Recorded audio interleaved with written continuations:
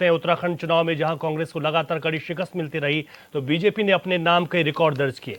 इस मिथ्य को भी तोड़ने का काम किया। लगातार मिल रही करारी हार के बाद जहां कांग्रेस हार की वजह जानने की कोशिश में जुटी है, तो वहीं पूर्व कैबिनेट मंत्री शूरवीर सिंह सजवाण ने इसके लिए पार्टी के बड़े नेताओं को जिम्मेदार माना है। पूर्व कैबिनेट मंत्री ने कहा कि लगातार चुनाव हारने के पीछे की वजह हम लोग हैं जो अपने आप को नेता कहते हैं। उन्होंने कहा कि कार्यकर्ता को हमें धन्यवाद देना चाहिए जो अभी भी बीजेपी के लोहा लेने के लिए कांग्रेस के साथ खड़े हैं।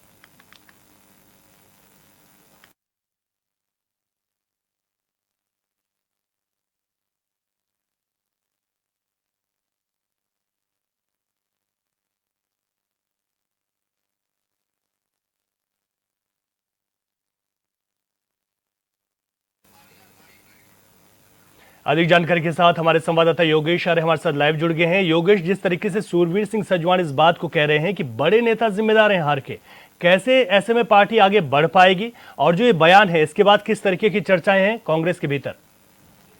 देखिए, बिल्कुल जिस तरह से देखा जाए कि पूर्व कैबिनेट मंत्री शूरवीर सिंह सजवाण ने इस तरह का बयान दिया है। उन्होंने कहा है कि इसके लिए हम ही लोग जिम्मेदार हैं कि लगातार कांग्रेस को हार मिल रही है, भाजपा अपने लक्ष्य को प्राप्त करती जा रही है, मिथ्या को तोड़ रही है। तो देखिए, बिल्कुल जो है कहीं ना कहीं देखा जाए तो जिस तरह से उन्होंने इस तरह के बयान को दिया है, इसके बयान के मतलब ये भी निकाले जा सकते हैं कि कहीं ना कहीं वो चेताने का काम कर रहे हैं कांग्रेस को कि अभी भी जागने आप जागिए, अभी समझिए कि किस तरीके से हमें आगे काम करना है। क्योंकि देखिए, कांग्रेस के कार्यकर्ताओं की अगर बात करें तो कार्यकर्ता बिल्कुल निष्ठावान होकर समय समय पर जो है तमाम जितने भी चाहे आंदोलन की बात हो, तमाम कार्यक्रम की बात हो, वहाँ पर अड़िग रहते हैं। लेकिन जिस तरह से नेताओं की बात करें तो आपसी कलह कहीं ना कहीं निकलकर जो सामने आती है वो वजह रहती है। अभी हाल ही के निकाय चुनाव में अगर आप देखेंगे तो देहरादून शहर में अगर बात करें तो कोई बड़ा नेता देखने को नहीं मिला। हालांकि देहात क्षेत्र में छिन्न भिन्न होकर जो है बड़ा नेता, बड़े चेहरे जो है नजर आए, लेकिन देहरादून जैसे शहर में उन्होंने इतनी मेहनत नहीं की कि वो यहाँ के मेयर सीट को निकाल सके। तो ये चीज़ें समझ में आती हैं कि अंदर कलह क्या है।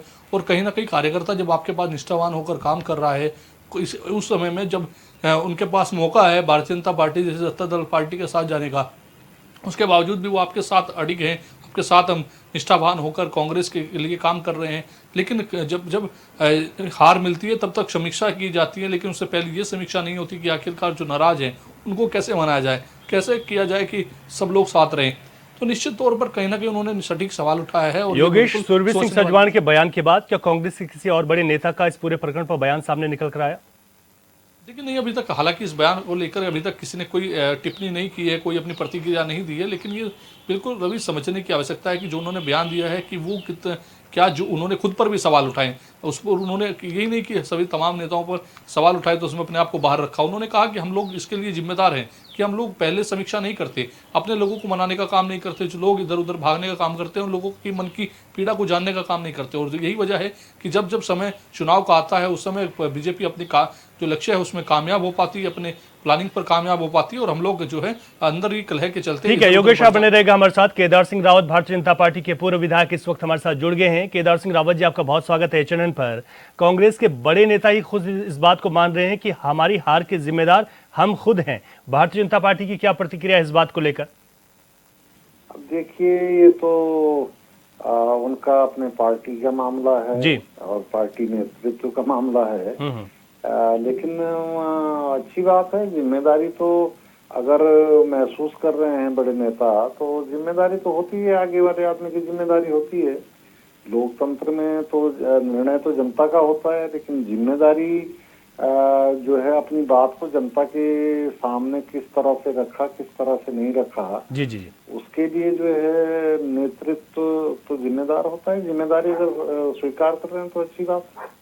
ठीक है, शुक्रिया केदार सिंह रावत जी, आपने बात रखी। आपने कहा कि ये आंतरिक मामला कांग्रेस का है, लेकिन ठीक है, बात है कि अगर कोई वरिष्ठ नेता ही इस बात को स्वीकार कर रहे हैं। योगेश, एक बार फिर से आपके पास आ रहा हूं। जिस तरीके से कांग्रेस के नेता खुद इस बात की बात कह रहे हैं, बड़ी बात है। यहां पर जो नगर बॉडीज के चुनाव हुए उसमें 10 सीटों हमने देखा कि 10 सीटों पर भारतीय जनता पार्टी और एक जगह पर निर्दलीय ने बाजी मार ली, लेकिन उसके बावजूद भी कांग्रेस एक सीट लाने के नगर निगम में यहां पर कामयाब नहीं हो पाई। अब ये जो चर्चा बड़े नेता कर रहे हैं कि हम खुद इस बात के लिए जिम्मेदार हैं, हमारी वजह से आज पार्टी ऐसी हो रही है, जबकि कार्यकर्ताओं के उत्साह बढ़ाने की भी बात साथ में की है कि जो कार्यकर्ता हैं वो आज भी बीजेपी से लोहा वहां पर मनवा रहे हैं और उनके साथ यहाँ पर आगे बढ़ रहे हैं कि किस तरीके से पार्टी को मजबूती दी जाए। तो ऐसे जब बयानबाजी होती है तो सीधे तौर पर कांग्रेस के भीतर भी इसको लेकर कुछ दिनों में रार देखने को मिलेगी। हाँ बिल्कुल, देखिए क्योंकि है अब तक का अगर इतिहास देखा जाए तो कांग्रेस के नेता का अगर कोई सीनियर लीडर उनको लेकर कोई सलाह देने की बात करते हैं तो वो सलाह के रूप में नहीं बल्कि उसको दूसरे नज़रिए से देखा जाता है, और यही कारण है कि उसमें फिर रार देखने को मिलती है और आपसी अंदर जो कलह है वो निकलकर फिर दोबारा सामने आता है। उसका फायदा सत्ता दल पार्टी हमेशा उठाती आई है। यही कारण हुआ कि इस बार निकाय चुनाव में भी कहीं अंतर कलह देखने को मिले। उसका फायदा जो है वो कहीं ना कहीं भारतीय जनता पार्टी ने बुलाने का काम किया हो, चाहे मथुरा दत्त जोशी की बात हो, चाहे कर्नाटक बिट्टू की बात हो, तो इन लोगों ने जो है इन मौकों को बुनाया है क्योंकि अंदर कलह निकल कर आई। बिल्कुल ठीक है योगेश, और आप नजर बनाए रखिएगा इस पूरे प्रकरण पर। बहुत शुक्रिया आपका जानकारी के लिए।